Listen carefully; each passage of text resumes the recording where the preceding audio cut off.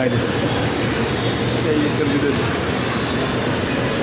Nandito po kami sa Naiya International Airport. Tapos pauwi ng vlog ko po. Sakay kami ng biyaheng Cubao.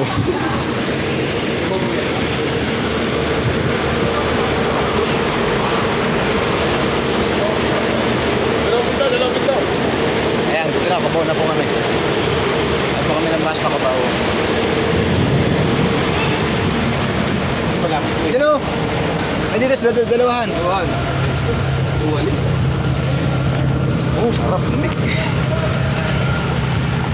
Yan na po, sumakay na po kami sa Yan, nakasakay na po kami ng terminal. bus sa puntang Cubao.